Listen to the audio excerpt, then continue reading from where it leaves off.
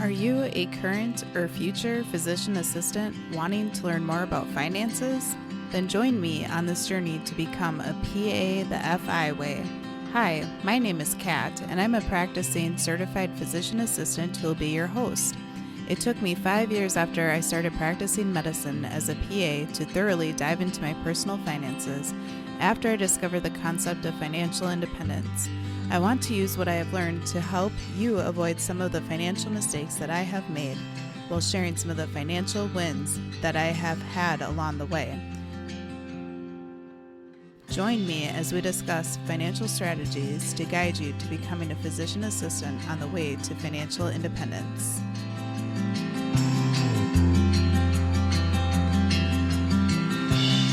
Hey there, and welcome back to the PA the FI Way podcast. I'm your host, Kat, and thank you so much for taking the time to take a listen to this episode today. I can't believe it, but this is already the 80th episode that I've recorded for PA the FI Way. And for the topic of this episode, I wanted to take it back a little bit to the basics to talk about investing and specifically very common myths that are associated with investing. As you've heard me talk about on many of the PA the FI Way podcast episodes, investing is a foundational concept and action to help you create and build wealth for yourself and your family, and ultimately reach financial independence in the future. And that would be the point where you have enough funds that are invested or coming in, either from the stock market or bonds or businesses that you own, or real estate, where you no longer have to work if you want to cut back on your hours or stop working altogether and pursue other passions or hobbies in your life. So the first myth that's associated with investing is that you need a lot of money set aside to actually get started with investing. And the fact is that this isn't true. You can get started by purchasing shares of stocks, meaning that you don't have to buy a full stock and spend the several $100s or perhaps several $1,000s to buy one full share of a stock that you want to purchase. In most accounts that you can invest within, whether it's a retirement account such as a 401k or a Roth IRA, or a health savings account, otherwise known as an HSA, or a taxable brokerage account, you can get started with very minimal amount of money. Sometimes there isn't even a minimum that you need to get started to invest in. Another common myth about investing is that investing is only for rich people. And this also isn't true because investing is how you can build wealth and become a rich person. It's not only something that rich people have access to. As a PA, you very likely have access to retirement accounts through your employer that you can invest within. But even if you don't have the luxury of having a retirement account option through your employer, through your workplace, you could open something called a Roth IRA. IRA stands for individual retirement account. So it's an account that you actually open at whichever brokerage company, such as Fidelity or Vanguard, etc. There are many options out there. And you can elect to invest money within there yourself. And one important step with a Roth IRA is that you want to make sure that you elect to have the money invested. Otherwise, it's just sitting in there, not earning much interest, sort of like a bank account, whether that's a checking or savings account. And if you would like a refresher on 401k accounts, Roth IRAs, go ahead and take a listen back to episode 13. And in episode 12, I touch on HSAs as well. Another common myth about investing is that some people think that investing is really hard, really difficult, and or really time consuming. And this simply isn't the case. Investing can be done automatically once you have systems set up in place where you can set it and forget it, meaning that you don't have to take any time to remember to invest and to take the steps and the action to invest, whether it's biweekly for your paychecks or once a month or whatever you choose to do. Many investors nowadays are proud of the fact that they are lazy investors. Investing is an area of life that it's great to be lazy in. Because if investing were hard and that you had to take an action to do it all the time, many people would forget about it, would postpone it, and not get it done. So I encourage you to try to automate your finances as much as possible, including investing. And a great place to start is your employer-sponsored retirement account, such as your 401k. You can elect to have a certain amount withdrawn from your 401k during every paycheck and automatically placed into your 401k to be invested in. And then you can elect what type of investments within your 401k usually. Now, some companies, unfortunately, don't let you have that choice. They just pick different investments for you, and you can analyze them and research them to see if they are something that you agree with. It's nice if they give you the option that you can pick, because we've touched on the benefits of investing in low-cost, broad-based index funds, meaning things like an S&P 500, which tracks the 500 largest companies in the United States, and you are investing in all of those companies within this fund, or a total stock market, which means that you're investing in around 3,000 companies throughout the United States. So broad-based means that you're investing in multiple companies at once, and low cost means that the fees are low. So keep in mind to look for investments that have low fees, otherwise those can be a real drag on your compounding growth of your investments. If you haven't done so already, I'd really encourage you to read the book, The Simple Path to Wealth by J.L. Collins, because he really breaks down how and why investing in index funds really is super easy to do for the average person. So if you are investing in a lazy way, you are not having to spend a lot of time watching the market, trying to decide when to buy or sell.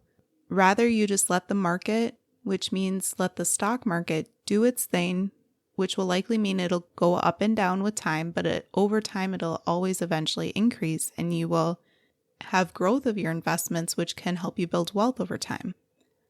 Another common myth that some people believe in regards to investing is that you need to pay off all of your debt before you start investing. This sort of sounds like a lot of what the Dave Ramsey approach is, where he's so against debt that he wants you to throw all of your money at your debt no matter what to get out of your debt, and then consider potentially investing afterwards. However, you can actually do both, especially if you have a 401k or perhaps something similar like a 403b or a 457b through your employer, and they offer what's called an employer match. An employer match is where your employer says, hey, if you invest a certain amount, a certain percentage, we will match it and invest that amount of money on our behalf for you. And it's a bit of an incentive to encourage you to invest. Some companies don't offer this, or they might not offer it until you've been working for a year or two for the company, which is kind of unfortunate if that's the case. But if you have access to an employer match, do everything possible to invest the maximum amount that would allow you to get the maximum matched amount from your employer, because it is literally free money. Another way to easily invest while you are paying down debt is depending upon your health problems as well as the different types of health plans offered to you.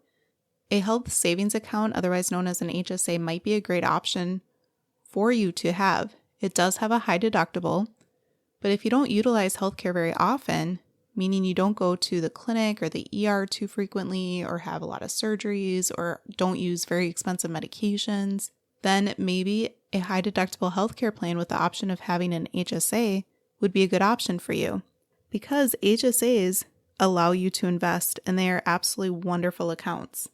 As with Roth IRAs, make sure that you are selecting to invest the money within the HSA account, otherwise it can just be sitting around hardly earning you any more money.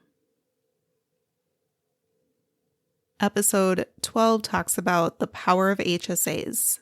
So if you think you're interested in this and haven't listened to that episode yet, go ahead and check it out. Another common investing myth that many people believe is that investing is essentially gambling. And again, the Simple Path to Wealth book, which I'll include a link to it in the show notes, is great at explaining how although the market goes up and down over time, it eventually always marches up. Kind of like if a roller coaster were going up the side of a mountain. It'd be going up and down, but the trajectory is up with time. And that's the key, is planning to invest your money for a long period of time, not investing money that you would need anytime soon. So yes, if you need a down payment on a house in the next few years, investing that down payment would be considered gambling in a few years because you don't know what the market's going to do in a short period of time. But over the long period, it does go up. Another investing myth is that some people think that they can time the market, meaning that they know when is a good time to buy a stock or when is a good time to sell a stock. Most investing professionals can't do any better with guessing what the market's going to do than index funds. So if the professionals can't really time the market, well, I wouldn't put my money on the fact that you could do better than them. Take the COVID pandemic, for example. When the stock market was going down in March of 2020 and was crashing, people who panicked and sold their stocks when the market was low, often they had no idea when to try to buy them back again. And so they're losing out on the growth because they sold the stock, but then also they might have to buy the stock at a higher price point when the market increased. And it's very interesting because the days that had the biggest downturns or the biggest losses of money, as well as the biggest growth of money, were only within like a few days to a couple weeks of each other because the market was so volatile at that time. So since you don't have a crystal ball, just leave your money invested and try not to panic if the market is going down. Another common investing myth is that young people, especially maybe a new grad PA, might think they have all the time in the world.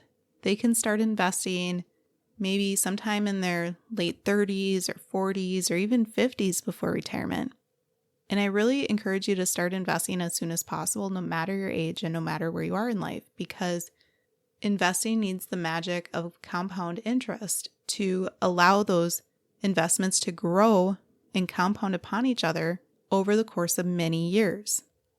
And the final investing myth that I wanted to review with you today is that many people feel as though that it's safer to keep their money in savings in their bank account versus being invested in the market. And we've touched on a few key aspects about this already, but if the money is just sitting around in the bank, it's essentially collecting dust. It's earning a tiny bit of interest, but it's really not keeping up with inflation. Investing is one of the best ways to counteract inflation, which can make the value of your dollar lower with time. And many people can feel paralyzed and have this large amount of cash just sitting there in the bank. But again, I really encourage you to take the steps to learn how to feel comfortable with investing so that it can grow over time. And I want to commend you for listening to podcasts like this one or many other wonderful podcasts out there about financial independence, or reading finance books or blogs or things like that as well. I hope that learning about these different types of investing myths can help reassure you that investing really isn't that complicated or that hard or as scary as what you may think that it is. I hope that it motivates you to try to take the action to start investing, or perhaps consider investing a bit more if you are already investing. Feel free to share this episode with a friend or family member or colleague who is also starting their investing journey too, so that you two can build well together on your journeys to financial independence. I hope you all enjoy the rest of your week and see you back here soon.